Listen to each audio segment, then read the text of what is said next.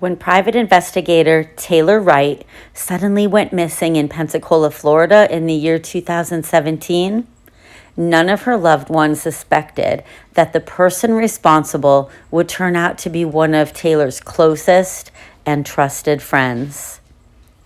Taylor's friends describe her as a badass and as a woman who would have absolutely hated to be portrayed as a victim. Instead, they know that Taylor would have preferred to be remembered as a person that simply trusted too easily, and as a woman who made the error of trusting someone that she absolutely should not have ever trusted. Like the rest of us, Taylor was human, and she made her share of her own mistakes. But unfortunately, her biggest mistake caused her to be killed.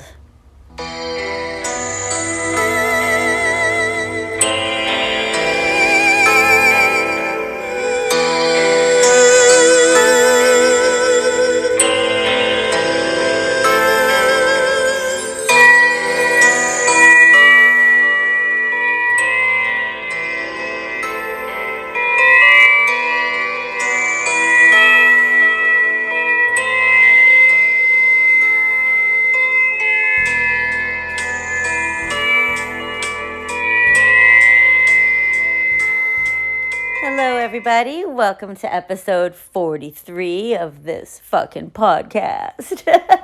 Yes, I'm Sweary, so if this is your first time listening, either get with the Sweary program or, you might not want to listen. So, this one is pretty close to home for me because this is actually a more recent crime case that took place where I live currently. It's not my hometown, but it's where I've been living since 2009, Pensacola, Florida. So I'm going to get into that case in just a moment about Taylor Wright. It's so sad, so disturbing, so crazy that this actually happened right here where I live. So before I get started though, I do want to talk to you guys about this other amazing podcast that I've been listening to. I think that I've mentioned it in a few different episodes recently, but I have been networking with some other newish true crime podcasts. Like, for instance, I just started this one in February of this year. So I've only been doing this for, 9 months or so. And there's a group of us on Instagram that are all supporting each other. We have a ongoing long group message. Everybody's, getting to know each other. We like each other's posts. We listen to each other's podcasts. And this is another one, actually, I should say, that I've really, really been enjoying. So I wanted to make sure to play the promo. It's from a podcast called True Crime University. And the host, Debbie, is a mixture of being fucking hilarious and very, very smart. She does have a background in, I think, criminal justice psychology. So she brings something completely different to the table as far as the art of true crime podcasts are concerned. So if there's ever a time that, you're in between episodes here, or maybe some of your other true crime podcasts that you love to binge, if you're sitting there waiting and you're not sure what you should listen to in the meantime, absolutely give True Crime University a listen. So you like to listen to people talk about crime, but did you ever wonder why criminals do the things they do? Like what makes them tick? My name is Debbie, and I'm the professor at True Crime University. Join me in the classroom Thursdays, wherever you get your podcasts, for intellectual discussions about crime, psychology, and why criminals do what they do. See you there. Yeah, I have not listened to an episode of that podcast that I did not enjoy. So I absolutely give that 2 thumbs up, 2 Kimi thumbs up. So check it out. All right, so we're going to get into the story, but I do want to mention that I've got some other little things to talk about when I'm done telling you about this particular case, because there's been some craziness here in the water in Pensacola, Florida lately. But anyways, let's get on with this case. Like I said, it's taking us to Pensacola, Florida. Now, Pensacola is located in the western part of the state of Florida in what is called the Panhandle. It has a current population of almost 54,000 people, and it does have a large amount of military personnel and their families living here thanks to the nearby Naval Air Station. In September of 2017, Taylor Wright was a 33-year-old woman who was funny, strong, and very generous. She loved fishing, she loved dogs, and Taylor is remembered as always being the friend that would pick up the check whenever she was out somewhere with her friends.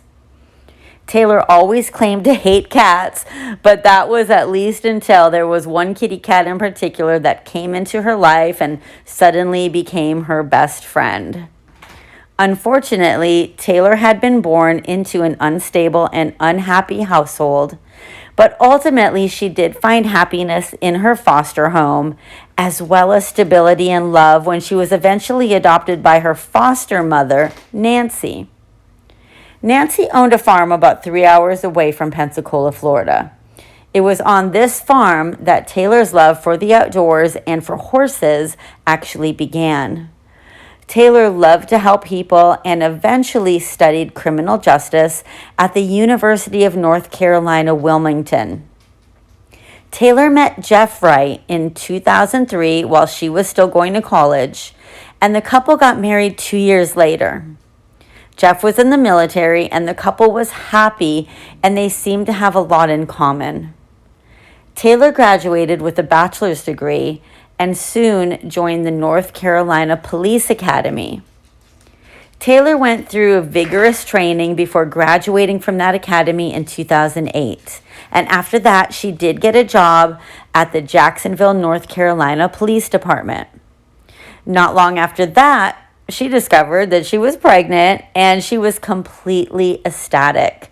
Taylor took a leave of absence from the police department until late 2009. She gave birth to their son, Drake, and she was able to stay home with him for a couple of years, and she just relished the life of a stay-at-home mother.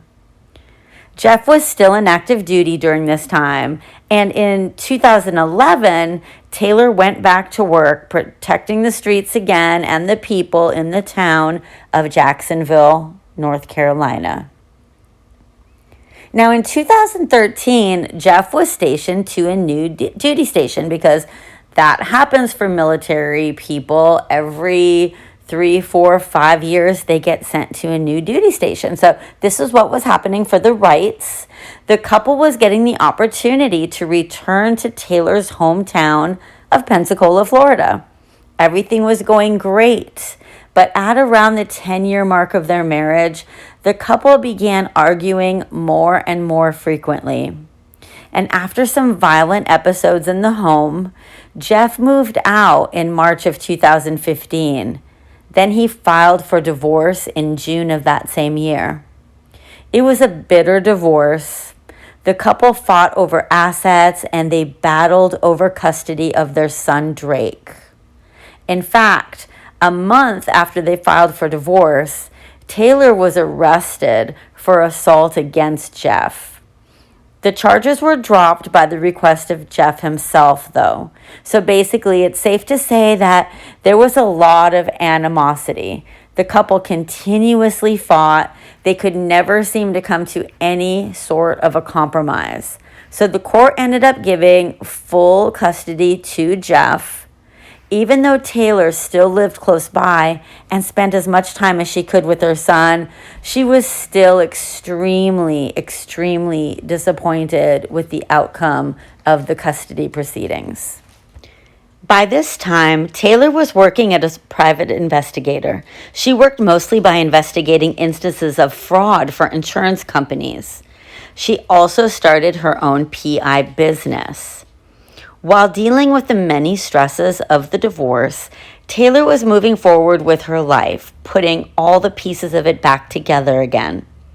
And on December 30th of 2016, Taylor and Jeff's divorce was final.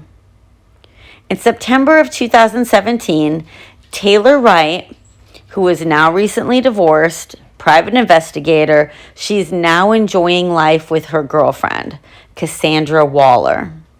The two had began dating in April of that same year, so about 4 months after the divorce was final.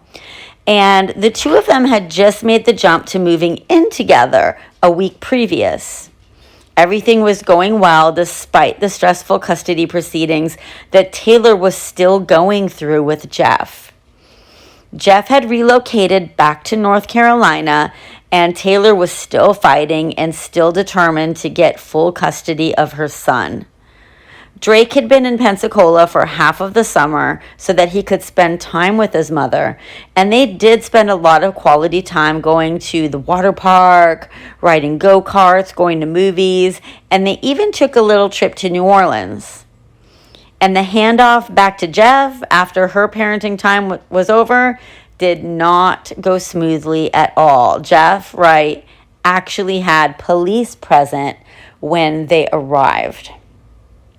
On September 7th, 2017, Taylor and Casandra had gone out to dinner, and Taylor was stressed that day. She knew that something was not right about a certain financial situation having to do with another friend of hers.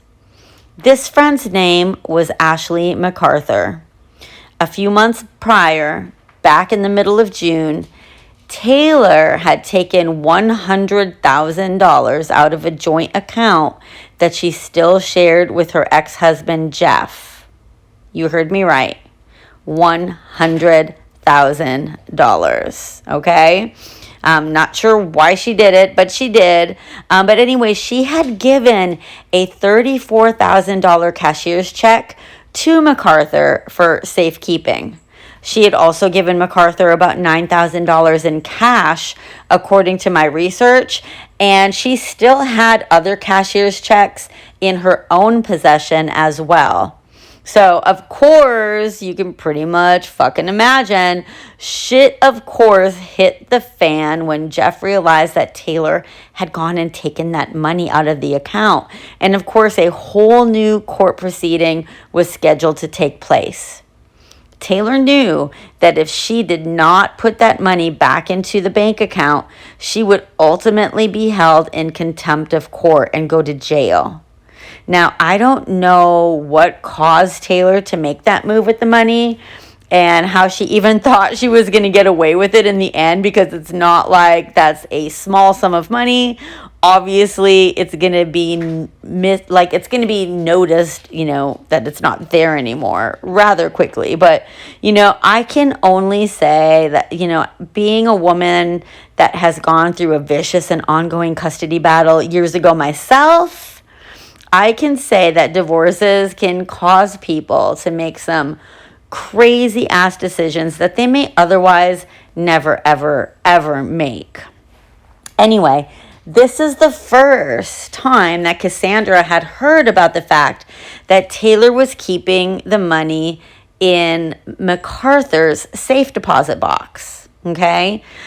She had no idea. She was a little bit confused, but she listened while Taylor proceeded to tell her that she just had a feeling that something wasn't right. She had been trying to get with McArthur for days, over and over again, texting her constantly. And McArthur would just blow her off and make it seem like, yes, they were going to get together, but ultimately something would happen. So McArthur would say, oops, it's going to have to be tomorrow, that we'll go to my safe deposit box. Okay, so that was September 7th. Now, the next morning on September 8th, Casandra and Taylor had breakfast together, and then Taylor had plans to go to the bank with McArthur, finally.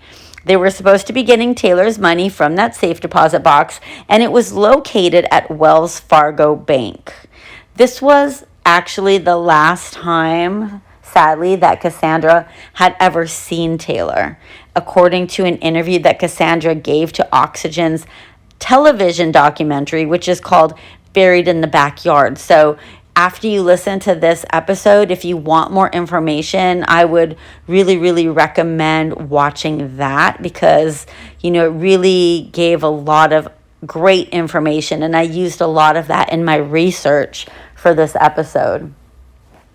Now, as the day progressed, Casandra lost contact with Taylor when she stopped responding to her text messages. I think, if memory serves, I didn't put this in my notes, but I believe it was about 11:30 a.m.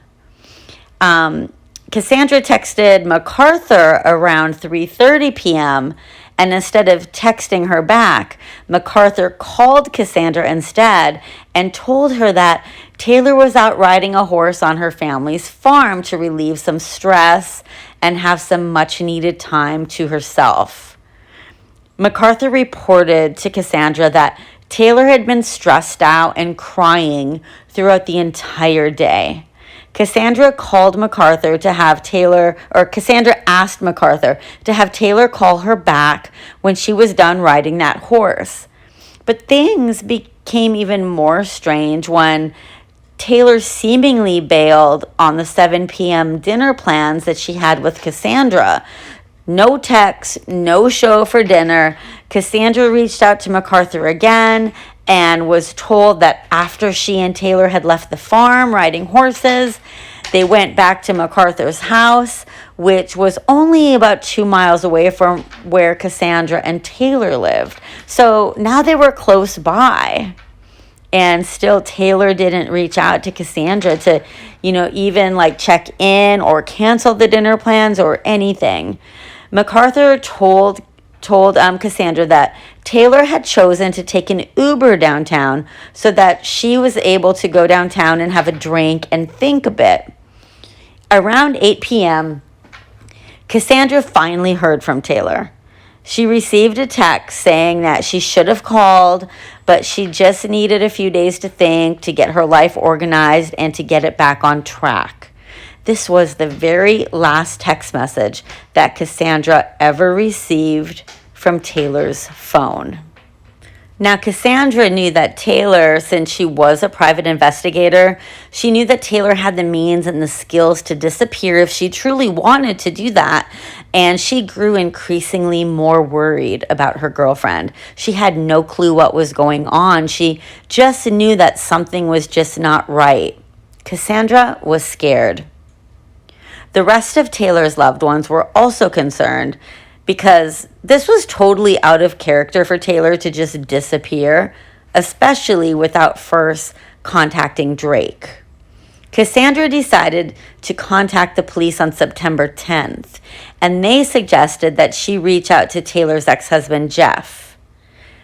They told Casandra that she should give Jeff a heads up, since sometimes there was a risk of kidnapping in cases where one parent just suddenly goes missing. Casandra reported later that she would have felt horrible if something like that did actually happen, and she never reached out to Jeff to let him know and give him a heads up about what was going on. So when Casandra called Jeff, he became alarmed by Cassandra's call. He told her that Drake had also been trying to reach out to Taylor, but had not gotten any response back. And this was highly unlike Taylor, as she normally spoke to Drake every single day. Jeff then issued Casandra a startling warning, and he told her that Taylor might get angry with her for involving the police in her business and that she should be careful. Disturbed, Casandra continued to search for her girlfriend, and she began calling all of the hospitals in the area. She even called hospitals in other counties, other states. There was no stone left unturned. After an entire week passed by without any sign of Taylor, she then filed a missing persons report. It was at this time that authorities finally began an investigation. Of course, they wasted no time speaking with Casandra, since typically, as we all know, a person's romantic partner is always considered to be the prime suspect. Police found that Cassandra's story did check out, so they reached out to Ashley McArthur, since McArthur had been the last person to see Taylor before she seemingly just up and vanished. So while speaking with the authorities, McArthur recalled that Taylor still seemed stressed at the end of their meeting and that she had gotten into an Uber to go get a drink. She also revealed to them the information about the $34,000 cashier's check Taylor had given to her for safekeeping. Police were surprised to hear that on the day Taylor and McArthur met up, Taylor had picked up the money, put it into a duffel bag, and took it with her when she left. Okay, so that's what McArthur told them. And then also, the police ended up investigating and looking into Taylor's Uber account, and she had not used it in over a year, and which was pretty interesting. So I don't know what kind of Uber she called, but I know that when I call an Uber or a Lyft, all of my previous rides and every time I've ever used that service, it shows up in the app. So there's no way to take an Uber and not have that show. So anyways, after that, the authorities reached out to Jeff, the ex-husband, to try to get to the bottom of what the fuck was going on. Jeff claimed that he had not heard from Taylor since September 9th, when she sent him a text message. Authorities, however, focused on the fact that Jeff and Taylor were still in the midst of a contentious custody battle. Casandra had reported to them that Taylor was 110% absolutely bothered by the fact that she didn't have custody of Drake, so she was fighting that. Jeff was working for Homeland Security and by now had gotten remarried. He told investigators that he wasn't even in town when Taylor disappeared, and it turned out his alibi did check out. After that, investigators made their way to McArthur's house, the last place Taylor was known to have been before she disappeared, got into that fake Uber or whatever. Ashley's husband, Zach McArthur, said he had no idea where Taylor had gone, and an initial search of the house yielded nothing strange and nothing out of order. Ashley McArthur went down to the police station to be interviewed about the day she spent with Taylor. And if you check out the YouTube videos of that interview, you'll see McArthur acting flirty and joking with the investigators. She makes a couple of comments to them about Taylor that didn't really cast Taylor in a positive light at all.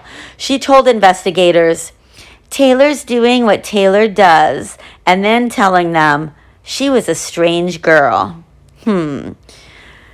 She used "was" instead of saying that Taylor is a strange girl. That's what jumped out at me when I heard that on the video. I just thought, that's a strange thing to say. If you think somebody's just gone missing, and if you want to tell the police that, yeah, she's kind of odd, she's strange, you're going to say she is a strange girl, she is a strange person. You're not going to use the past fucking tense. So right away, even though nothing in the YouTube clip even talks about that being suspect, right away I was like, yeah, this one's on my radar for sure. Anyways, McArthur was basically trying to throw Taylor under the bus and make it seem like she was a train wreck or something. She also mentioned to them that Taylor had wanted to stop at a convenience store to get a beer at 10 a.m. the morning of September 8th when they were together. And we'll be talking more about this in a little bit. McArthur reported to police that Taylor joked that it's 5 o'clock somewhere. It wasn't long before McArthur dropped a bombshell on the investigators. She told them that Taylor had been having an affair or had had an affair with another woman in nearby Biloxi, Mississippi, while she was in the relationship with Casandra. And she also informed police that Casandra and Taylor, of course, had argued about that a lot in the recent past. Well, that was enough information for the investigators to go search Cassandra's residence for any signs of foul play. While Casandra sat on her front porch with one of the investigators, the other one did a search of the home. There they found Taylor's ID, Taylor's passport, and more money, which is strange because if Taylor were to just wanted to disappear for a while, she would have absolutely needed those things. She would have needed her ID, maybe her passport, and she absolutely would not have just left like thousands of dollars in a bag in her room. Like, that doesn't make sense.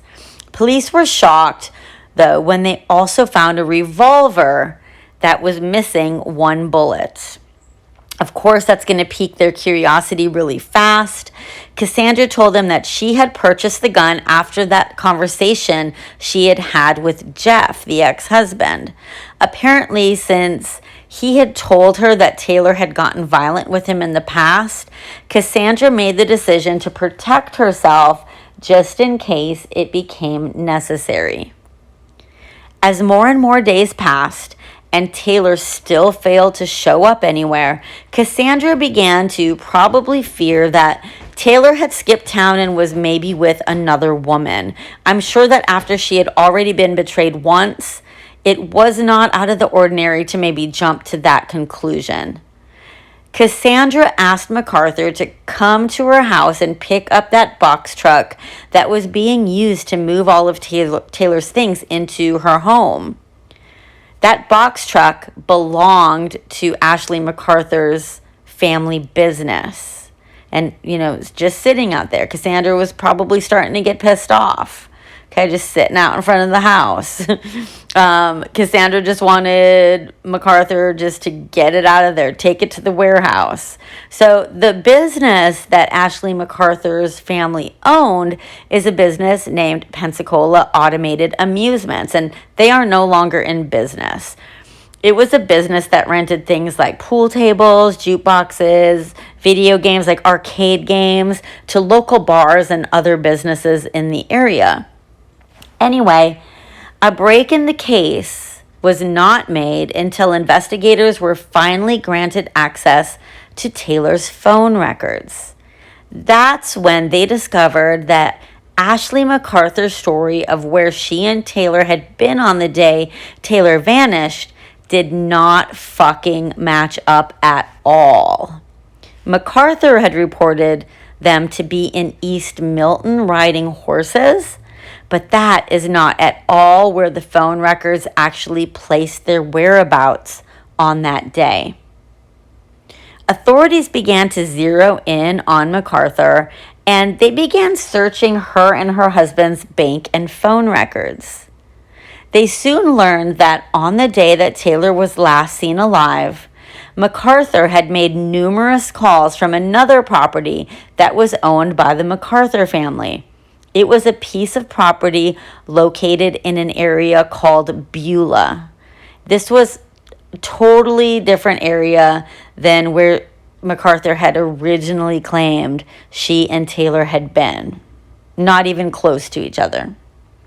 Now, while at the Beulah property, there were pings on McArthur's cell phone on September 8th from 11:52 a.m. until 1:44 p.m., and then again from 2:40 p.m. until 3:33 p.m. And it did not take long for the police to discover that McArthur's family has property at 2201 Britt Road in the exact same area as her phone was indicating. Additionally, authorities learned that McArthur had deposited Taylor's $34,000 cashier's check into her own fucking bank account. Her own fucking account. She stole Taylor's fucking money. Now, while records showed that her husband Zach was not in the Pensacola area on the day of Taylor's disappearance, suspicion toward Ashley McArthur continued to grow. It's actually kind of funny because the entire time that investigators were putting together a case against McArthur, she would continuously call them, trying to offer up some advice and to obviously fish for some fucking information. but the cops would be nice to her and, not give her any information, but just be cordial and thank her for calling and thanking, for whatever piece of fucking advice she was trying to give them or whatever. Authorities were able to obtain a search warrant for 3 different properties that were owned by the McArthur family. And on the day they planned to execute those 3 warrants, they invited Ashley McArthur back down to the station for a second interview. It was basically a ploy to keep her ass out of the way. I wanted to at some point go back over kind of your timeline again, if you didn't mind. And the day that she last went missing. So y'all went to Milton Farm. What was her attitude like? She just bored and, she was just kind of, she'd talk about, the court case and stuff and Jeff a little bit, and like I said, she was drinking beer since 9 that morning, whenever I went and got her, and she wasn't like depressed or angry or anything like that. She was, irritated when she would talk about that, but not like just crabby and, And that's why when she tells me, that she wants to go to beer, that I didn't really think much of it at all. Sure, nice adult. So y'all went up to the Milton Farm. Mm-hmm. Do you recall how you got out there, or which? Just to the interstate, to 87. And how does that, now that's your family's farm, or Zach's family? Mine. How does that work? Do y'all just kind of go freely when you want, or do you have to tell someone you're coming? No, I can just go out there. Does anyone live out there? Mm-hmm. Okay. And how long were y'all out there roughly? I don't know. 30 minutes maybe. Do you recall anything, her attitude, or what it was like out there? She was just the same. She wasn't in a bad mood. She wasn't the happiest I've ever seen her, but she wasn't crabby or, out of sorts or sad or, just kind of... Was there any other family out in the farm when y'all went out there? Mm-hmm. Okay. What did y'all do? We just walked around and looked at the animals, and she hopped on one of the horses bareback for a minute, and that's it. So, she seemed relatively normal outside of being a little frustrated over the court thing. Was she, highly intoxicated at any point? Oh, no. She probably only had 2 beers throughout the whole time I was with her, but, I just thought that she was drinking. That's not what I start my day with,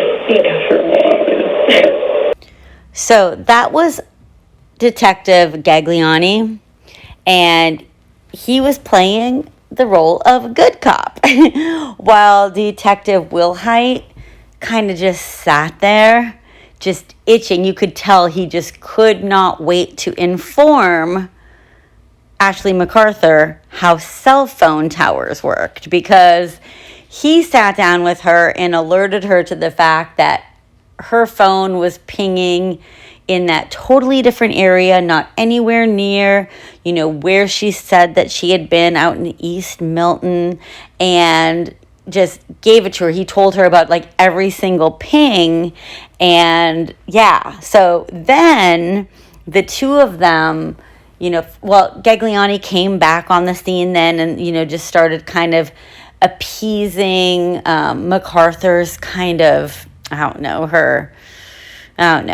making her feel at ease, making her feel like she probably hadn't done anything wrong. But then Wilhite would come back and just really grill her, which was fucking awesome to watch. So if you get an opportunity to jump on YouTube and watch any of those, it is so fulfilling, because you could tell that fucking McArthur knew that the gig was up, right? Okay, so I'm going to play you this other part of the interrogation before I go forward with my own notes and the story. You were put in a situation where someone pushed you to do something for whatever reason, maybe against your will, perhaps in self-defense. If something happened and you're scared, don't be scared. Okay, if something happened, like I said, you're not a bad person. You're not a career criminal. This is a person who's traveled across states to take care of a friend. If something happened, tell us. I don't know where she is. We have a detective talking to Kyle right now. We know you got text Kyle and asked him if he was in that car on the 8th. Multiple times. They have. I mean, I don't. Then you withhold that information from us. The person who is trying to help a friend out, who cares for their friends, don't lie to the police when they are looking for them. I didn't think that was. Tell me what you did to her. I didn't do anything to her. Tell me what Zach did. Somebody harmed her, and she's probably out of that farm. It was never even around her. Kyle. Kyle's never been around her. Brandon. He's never been around her. Then that leaves you. So you're the only one that was with her on this day at this farm that you did not disclose to us. I didn't do anything to her. If she's at that farm, we're going to find her because we're executing a search warrant out there right now. That's fine, but she's not going to be there. Then where's she at? I don't know where she is. Where's her body at? I don't know where she is. She's dead though. I You know don't that? believe that. Oh my gosh, it's just so fucking infuriating listening to her. Oh my gosh. So she just continues to deny having to do with anything with Taylor's disappearance. A search team at that same time combed the property on Britt Road where McArthur and Taylor had been on the day, where they had actually been on the day that Taylor went missing. Now, initially, they turned up empty-handed, so the investigators were forced to release fucking bitch face McArthur. During the execution of that search warrant on Britt Road, contact had been made with McArthur's cousin. That's who you heard them talking about, Kyle. That's her cousin, Kyle. So the cousin later stated under oath that Ashley McArthur did indeed contact him on the morning of September 8th to see if he was going to be home that day. So we heard her blatantly fucking lie to the detectives in that interrogation or in that interview. She said, that she hadn't talked to him, but fucking Kyle had told them that she did. So Kyle told Ashley McArthur that he was going to be gone to a funeral and he was not going to be on the property that day. Those who continued to search the property on Britt Road soon made a very sad and disturbing discovery. Now, along the fence line, it was on the other side of the property line, so it was not on the McArthur's property. It was at the next door neighbor's property. The people searching found a pile of brush and some newly cut tree limbs that obviously had not been there for very long. So, of course, that kind of piqued their interest. And when they checked it out, they discovered that underneath those tree limbs was some potting soil and some concrete. They also noticed a small metal grommet from a tarp sticking out a little bit. One of the officers lifted a piece of the concrete up and there were maggots all over the place. He put it down, and just then another officer discovered a human skull that was sticking up from underneath the ground a little bit. They realized that they had just discovered a secret gravesite. Crime scene technicians quickly secured the area, which ironically is a position that Ashley McArthur herself had for a short time back in 2005 for like 6 months before she went to work for the family business. The remains found were mostly skeletonized and the skull had a single bullet hole in it. When investigators began extracting the body, they also found a necklace that they had seen Taylor wearing in many, many photos. It happened to be Taylor's favorite piece of jewelry. It was a simple leather string that went through a bullet. Everyone's gut instinct at that point was that the remains were 1,000% going to turn out to be Taylor's, and their suspicions were correct. Dental records soon proved that the body found was that of the beautiful Taylor Wright. Taylor had finally been found, and McArthur, who still fucking denied any wrongdoing, was arrested for first-degree premeditated murder. For Taylor's loved ones, the news that she had been found dead and that Ashley McArthur, who was a dear friend of Taylor's, had been the one arrested for the murder was absolutely devastating. Casandra later said that she couldn't believe it. She totally lost it when that happened. It was hard for her and it was emotional for her, as any one of us can imagine it would be if we were in that position. Much to the entire community's immense displeasure, Ashley McArthur was somehow able to post bail, and since her trial kept getting delayed for one reason or another, the fucking bitch was able to live a relatively normal life for a substantial amount of time after she was charged with Taylor's murder. During this time, she laid out in her front yard sunbathing. She slept over at the marital home often, like just about every night, even though the order granting bail reprimanded her to the custody of her mother at her mother's home in Gulf Breeze, Florida. She was just out there living her best fucking life still, like she didn't have a fucking care in the world. And if you go and go on Instagram and look at the pictures of her, Ashley McArthur has an extremely punchable face. I'm not going to lie. Let me know in the comments on Instagram if you agree. I would love to punch that bitch in the face. But anyways, this part is even crazier. She was even able to secure permission from the court to travel to Georgia so that she could donate one of her kidneys to a friend. And I'm sorry, but there is no way of making up the fact that you fucking murdered someone, not even by donating your motherfucking organs. Bitch. Now, let's talk about the family business and Ashley McArthur's business dealings for a minute.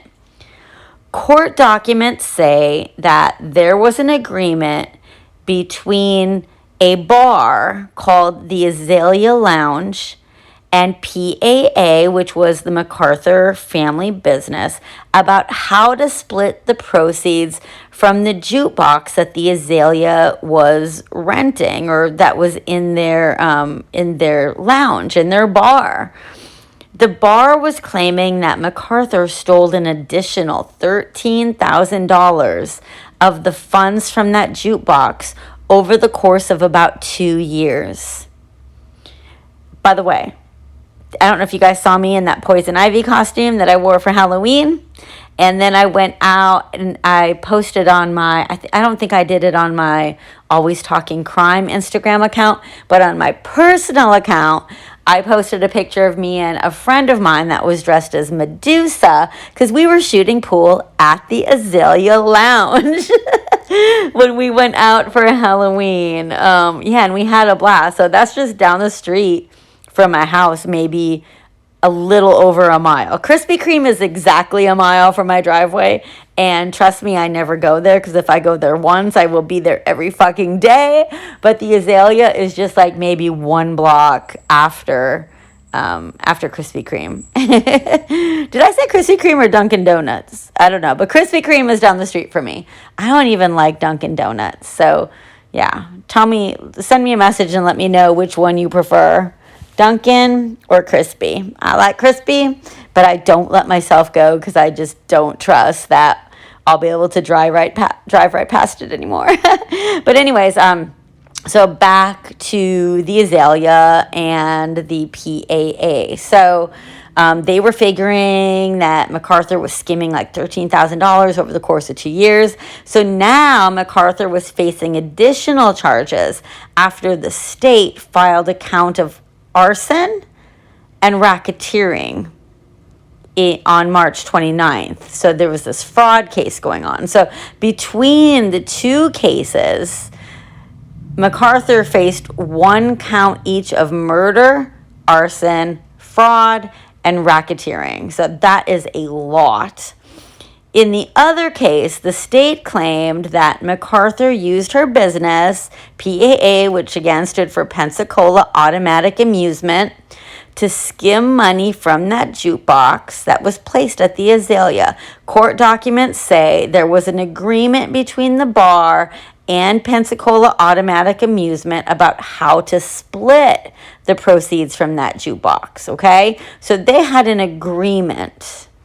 McArthur's most recent statement of probable cause filed in the arson charge claimed that she was scheduled to meet with representatives of the Azalea on June 28th, 2017, to speak to them about the missing money. So this is in June 8th. Okay, so this was exactly 3 months to the day of that day that Taylor was murdered, okay? So the state's new charges claim that McArthur set a fire at Pensacola Automatic Amusements earlier that day to avoid going to that meeting on June 8th. McArthur allegedly did not activate the alarm when she left the business at about 10 p.m. on June 7th, which is not at all uncommon. The business then, though, had 8 alarms activated simultaneously at 3:35 a.m. And when the alarm company contacted McArthur's mother, Rhonda Britt, Rhonda said that it was probably a false alarm, and she canceled law enforcement's call to the location.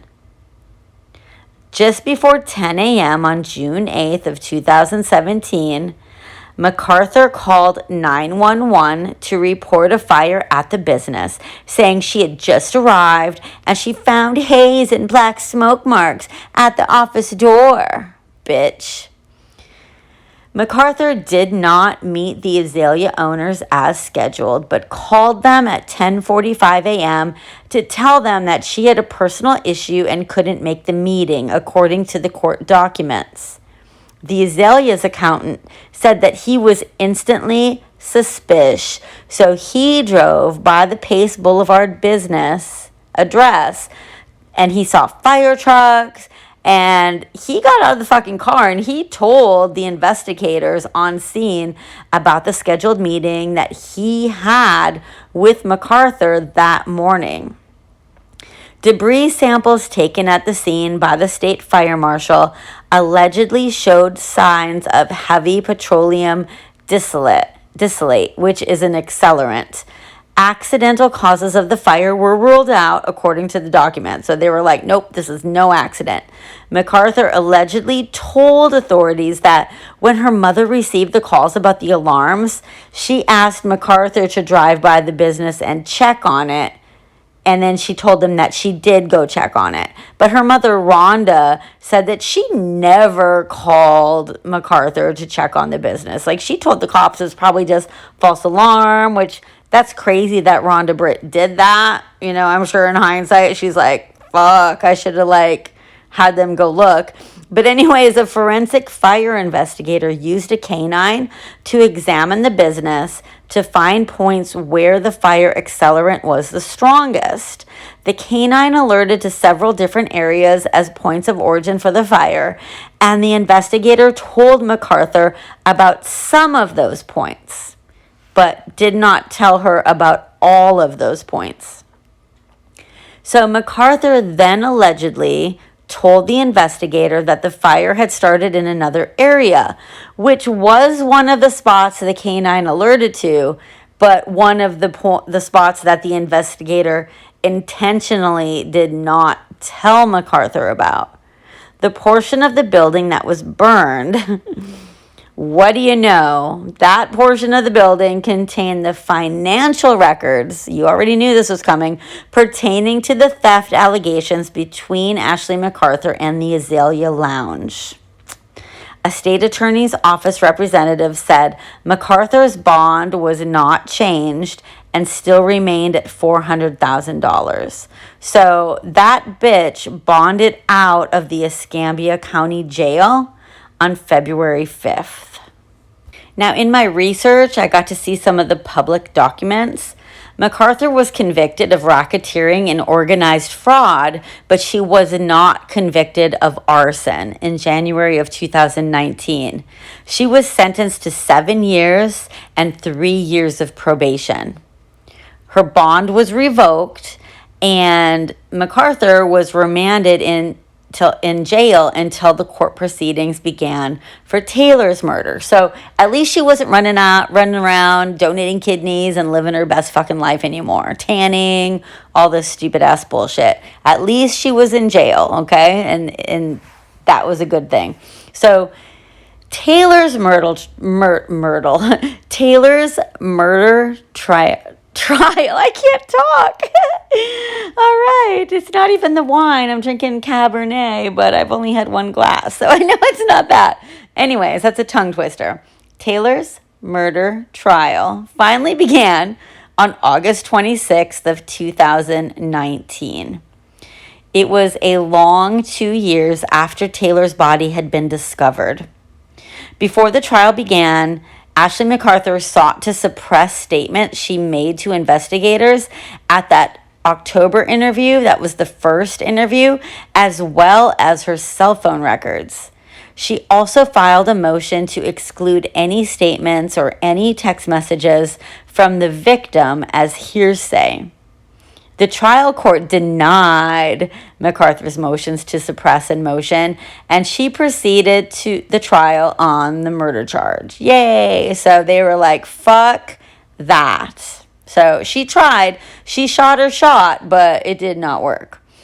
The prosecution laid out the series of events to a packed courtroom. For many days leading up to September 8th, 2017, Taylor repeatedly told Ashley that she needed the $34,000 cashier's check back. But little did Taylor know, by then, Ashley had already used that money for her own selfish needs. She used some of it to pay off her credit cards, and she also bought a motorcycle and a fucking $30,000 boat for a guy she was having a fucking affair with. Yes. So she's fucking this dude that owned this place called Sticks Billiards, which I've never heard of. I'm assuming it's out of business because it came out in court that fucking McArthur was like paying for his Gulf Power bill. She was like going and like buying supplies at Sam's Club for his business, paying some of the bills, buying some of the alcohol, doing all these things. So I'm not very impressed by this fucking loser she was having an affair with, because like I'm not about cheating, but I guess they had an open marriage. And there is a another video, a YouTube clip. I'll try to remember to put it in my case sources. It's with Zach McArthur, because Zach McArthur, her husband, used to be a deputy for the Escambia County Sheriff's Department here. And something happened. He was reprimanded for something that he said he didn't do anything bad. There was some kind of complaint on him, and he no longer worked there. But anyways, he went there when Ashley McArthur was in jail. He went there and he did an interview too. And he actually like admitted that they had an open relationship, but he would have been fine. Like he knew that McArthur was like hooking up with this fucking loser that owned Sticks Billiards. I think his name was Brandon.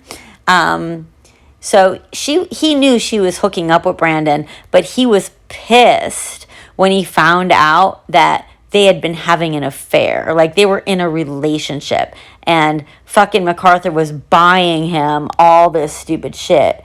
But Zach McArthur also, like, when you watch this video, you're going to be like, how did you have your fucking head buried in the sand? Like, he knew nothing about their finances. Nothing. He knew absolutely zero. In fact, he thought that business was Ashley McArthur's business only. He didn't even realize that it was like a family business, and like Ashley McArthur was running it into the fucking ground. Like, they had been in business for like 40 years at least. Like, her fucking dad built that business, and Ashley McArthur just sucks as a human being. But anyways, she was using Taylor's money to buy her ugly ass loser boyfriend a bunch of shit that he didn't even deserve. But anyways, okay. So also in court, a number of witnesses also testified at the hearing that Ashley McArthur had previously discussed with them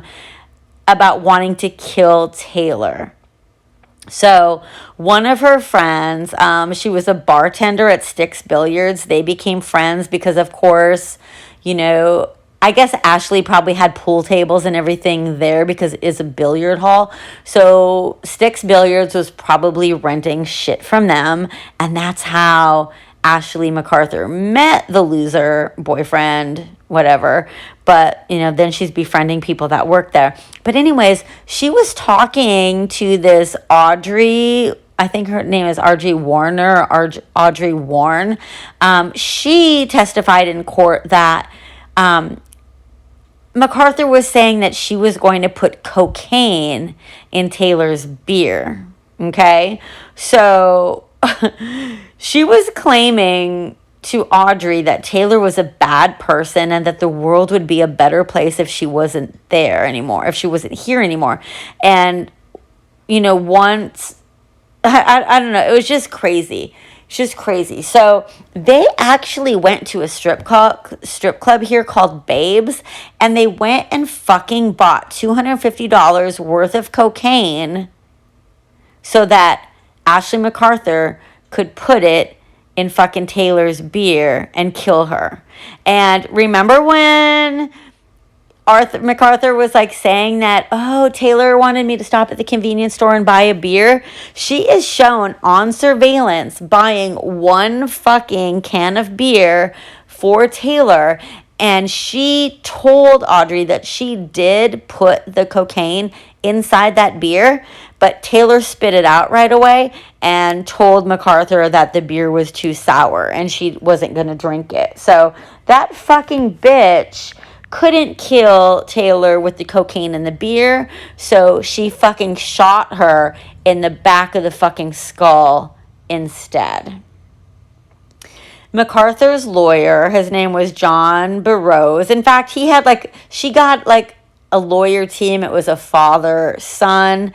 Anyways, I don't know whether John is the dad or the son, doesn't really matter, but he insisted that McArthur had no financial difficulties, that there would be no physical evidence in the trial to show you that Ashley McArthur was responsible for the death of Taylor Wright. That was what he said in his opening statement. And it's just so infuriating because he was trying to say that everything was circumstantial since there wasn't a gun that was used. They'd never found a gun. They didn't have a match for the bullet that was used to kill Taylor. They were saying that they never caught McArthur with a murder weapon. And then in addition, he brought up Taylor's alleged drug use and questioned Taylor's mental state of mind. So I guess where that stemmed from is when Casandra and Taylor had been arguing about Taylor cheating on her with that chick in Biloxi. I guess Taylor was also experimenting with cocaine.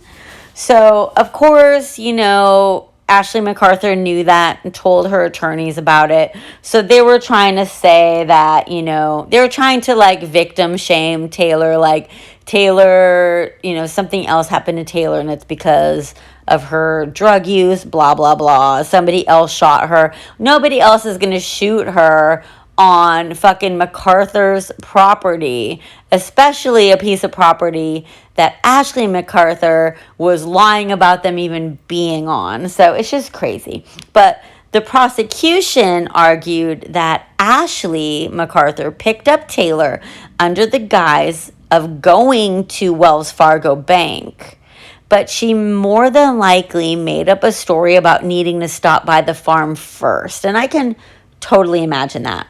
So that's where Taylor's body would later be found. So I'm sure that it was there that Ashley shot, I don't even want to say her friend, Ashley shot Taylor in the back of the head and then buried her body underneath potting soil and concrete.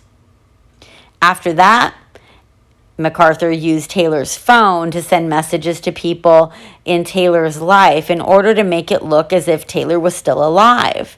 And as a former crime scene technician, Ashley McArthur knew exactly how to cover her tracks.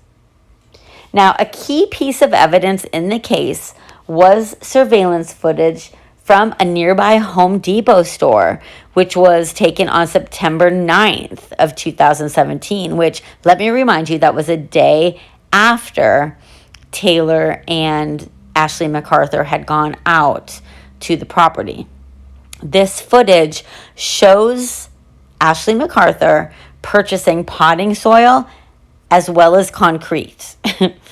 I mean, it shows her on video, fucking video. And a Home Depot employee by the name of Devontae Sims was brought into court to testify that he was the one that helped McArthur with her purchase, and he even helped her load it into her truck.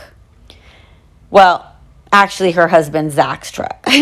She wasn't driving her own vehicle, probably because it would have been much easier to clean out the bed liner of a truck if any of the bags of cement like leaked excrement anywhere, because I know that they kind of like a bag of flour when you buy flour off the shelf at a grocery store. You know how sometimes it can kind of leak out from the corners of some of the packages? Cement does the same thing. Like my boyfriend does outdoor kitchen remodels. He builds decks and pergolas and all this kind of stuff. And I've actually been stuck in fucking Home Depot with him more than I would like to admit. And he's purchased many, many bags of cement. And I can attest for the fact that they are just like the bags of flour at the grocery store.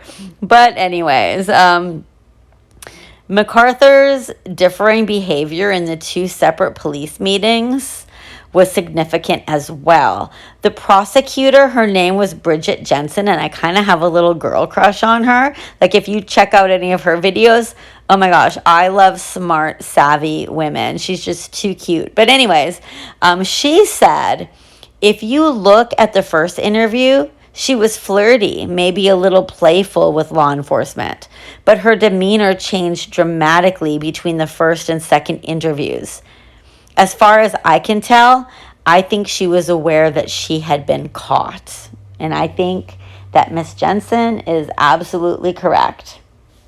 During a wedding that Ashley McArthur attended in Alabama the day after Taylor went missing, Taylor's cell phone just happened to ping off a nearby tower, which proved that McArthur had kept Taylor's phone and had it with her.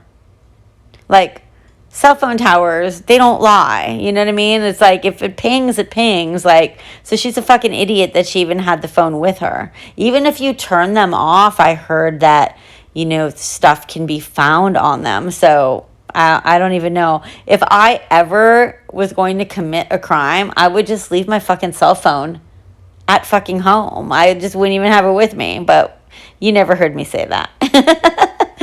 Anyways, on August 30th of 2019, after a 4-day trial, a jury found Ashley McArthur guilty, and a judge sentenced her to life in prison with a mandatory 25 years served. So they got the verdict they've been waiting for 2 years, Cassie said, or Cassandra, I don't know if she goes by Cassie, I don't know why I just said that. But Cassandra said they got the verdict they were waiting for 2 years. They finally got the justice that Taylor deserved. But still, the pain that Ashley McArthur caused with her actions, it's immeasurable. Cassandra said, I never saw it coming, and that's what's scary. She knew what she did, and the whole entire time she was pretending to be my friend. Ashley took somebody that I loved. And that is so fucking true. Like, doing this true crime podcast, even before that, like watching true crime documentaries, listening to podcasts, like, it was like starting to freak me out. And like, I'm like so much better for it because my head is on a fucking swivel. Like, I'm constantly looking, I'm constantly like suspicious of people. If cars, like, I notice if I'm running or walking or whatever, if the same car goes by me more than once, I absolutely notice it, and I take a picture of it with my phone immediately and make note of it. It's just crazy because I have noticed that a couple times. But you never really fucking like think that it's going to be somebody that you think is your friend that's going to do harm to you or kill you. You know what I mean? And the fact that she just did it for fucking money, like for like $34,000, like, that's fucking insane. But that fucking low-life bitch, Ashley McArthur, is currently serving her time at the Lowell Correctional Institution, which is also known as the Lowell Annex, and it's located in Ocala, Florida, which isn't that far from here. That's kind of closer to St. Augustine and Jacksonville. Not far at all, and I do have a good friend that lives out there. But anyways, Ashley McArthur filed an appeal, of course, bitch face, filed an appeal, but she was seeking a new trial because the jury inadvertently saw a photo of her pointing a shotgun. She also argued that the trial court erroneously admitted statements that she had made to law enforcement, certain cell phone records, and the victim's text messages. And during the prosecution's examination of one of its witnesses, that photo showing McArthur in the woods crouching in her hunting gear and aiming a shotgun, it was just briefly and inadvertently shown to the jury. Like, McArthur moved for a mistrial on the grounds of prejudice. The trial court denied the motion. Deny, yay. And Ashley fucking bitchface McArthur was found guilty as charged. Okay?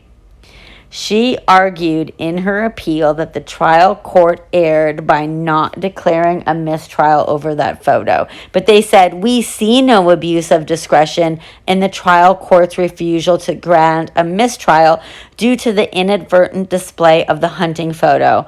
A photo of McArthur crouching in hunting gear and pointing a shotgun, which was not the murder weapon, accidentally flashed on the screen during trial and was before the jury for a second or two. After an objection, the court addressed the issue quickly by giving a cautionary instruction that was requested by the defense. And other trial testimony had noted that McArthur owned plenty of firearms, and there were photos and evidence of her in camouflage holding or shouldering firearms. Taking these factors together, the trial court's decision that the photo wasn't so prejudicial as to vitiate the entire trial cannot be considered erroneous. The appeals court found that all of the statements related to the case made by McArthur after the return of her cell phone were made following the reading of her Miranda rights. So she had her Miranda rights, okay? The appeals court also found that all of the victim's text messages, all of Taylor's text messages and statements were not fucking hearsay. Thank goodness. Rather, the court found that these were relevant to establishing a timeline, a motive, as well as intent. So that bitch is going to be in prison for a very, very, very, very, very, very long time. Hopefully, the bitch will never get out unless she's in a body bag. So, I don't know her. I always wonder if I've ever ran across her. Like, her name, like, there's nothing about her that, or anybody else. I've never heard of Sticks Billiards. I've never heard of her family's business. I guess I'm not from here, but I've never ran across her in any of like the circles that I've ever been in since I lived here. I mean, I haven't been here that long, but like 2009, I've been here like a good like 13 years now. Never heard of her before. And I am glad. I'm sad that I have to hear about her now because she's an fucking ugh. But anyways, I have some other stuff that I want to talk to you about that's going on in Pensacola now as well. You may have seen my Instagram post. I posted something in my story twice, but I posted something also like on my profile about something current that's going on here, and it's just very upsetting for me. It's disgusting, and I want to read you the article and kind of tell you what's going on. Now, before I read the article, I want to let you know that I know this piece of fucking garbage personally. He's gross. He has dated a friend of mine off and on, and they have had a very abusive, terrible relationship. And he's put his hands on her numerous times, and I've been in a relationship like that before as well. So, I always tried to reach out to her and talk to her about it, as well as I could. They haven't been together for a little while, as far as I know. The last time I saw them together was in like July or August at the beach. We were listening to my favorite band, and they got in a big fight, and he pulled some of his abusive, shitty shit and left her there. And it was just crazy. It was really hard to watch her go through all that. But anyways, when I saw this article, actually my boyfriend sent it to my phone, and I've been following it. It's just disgusting, okay? But let me read this to you. A Pensacola man was arrested Thursday morning after police were given a video that allegedly shows him attempting to suffocate his 86-year-old mother. Christopher Jerome Asmar, 54 years old, is charged with 2 counts of attempted homicide and 2 counts of aggravated battery on a person 65 years or older after in-home caregivers of his mother saw Asmar allegedly beat her on Monday. Asmar moved into the home around July, according to the arrest report, which is when caregivers said they began discovering unexplained bruises on his mother. The bruises always appeared in the morning after the caregivers were not on the property. The caregivers told authorities they installed video cameras in the mother's living room where she sleeps to make sure she was not falling out of bed, hurting herself unintentionally, and to find out how she was getting the bruises.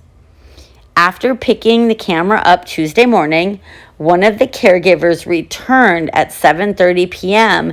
and hid behind the house, where she heard Asmar yelling obscene things at his mother, seeing him strike her with the pillow. The caregiver stated she could not watch any longer once she observed Asmar put the pillow over the mother's face and put his entire body weight on the pillow. She stated it appeared as if Asmar was trying to suffocate his mother. Pensacola Police Department officers were called and transported Asmar to the station for questioning.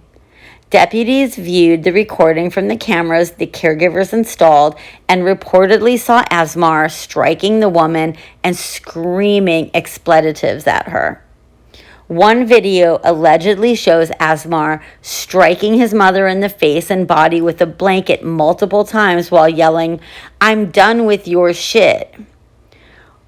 While allegedly striking her with the blanket, he also allegedly said, You wake up too much longer, I'll suffocate you myself. After striking her several times, Asmar is seen placing the pillow over her face and laying his weight on the pillow. The report also alleges there are several more videos that show Asmar berating her as she calls out for help. That's so sad. I feel so bad for her. During Asmar's questioning, investigators reportedly showed him one of the videos of him beating his mother, and he identified himself, telling authorities the video took place because he got angry with his mother due to her dementia. Asmar is held in Escambia County Jail without bond, just as it should be. Like, what a complete fucking waste of life. Oh, it just makes me sick. I just hope his mom is okay now. I hope that she's with, like, loved ones, people who are caring for her and protecting her. Like, elder abuse, like, it's fucking disgusting. And he's disgusting. He is fucking disgusting. I'm just going to put it out there. Like, he's gross. Like, I remember me and my boyfriend would be out, like, dancing in front of the stage, listening to that band. And Asmar and my friend that he was dating would be out on the dance floor, too. And then he would, like, come up to me and, like, he would, like, say to me, like, you're so hot, or, ugh. And he's just not hot. He's gross. I'm, like, ugh. He's just, I can't say enough to, like, tell you what a gross, disgusting person he is. But I'm going to be following that case, and I'm going to be updating you on that. I don't know how long it's going to take. But, another thing I wanted to update you about is, I apologize for not mentioning this before. I always meant to. And then I would finish recording, and I'd be like, damn it, I forgot to tell them about this again. So, if you've listened to my podcast episode about Kevin Bacon, I believe I released that one in the month of June. I don't remember the episode number, but Mark Latunsky, the guy that killed Kevin Bacon, and no, not the Kevin Bacon, not the Footloose Kevin Bacon, the awesome Kevin Bacon of Michigan, Mark Latunsky admitted to the murder, and he got life in prison. So he will never be getting out. And if you have not listened to that episode yet, please do. Kevin just sounds like he was such a cool guy, and I'm so happy that, you know, justice is being served in this case. All right, guys. So until next time, I got to get going because I keep getting all these texts from my boyfriend. He wants me to meet him for dinner down the street at one of our favorite nearby restaurants. So I'm going to go do that. And until next time, my friends, keep talking crime.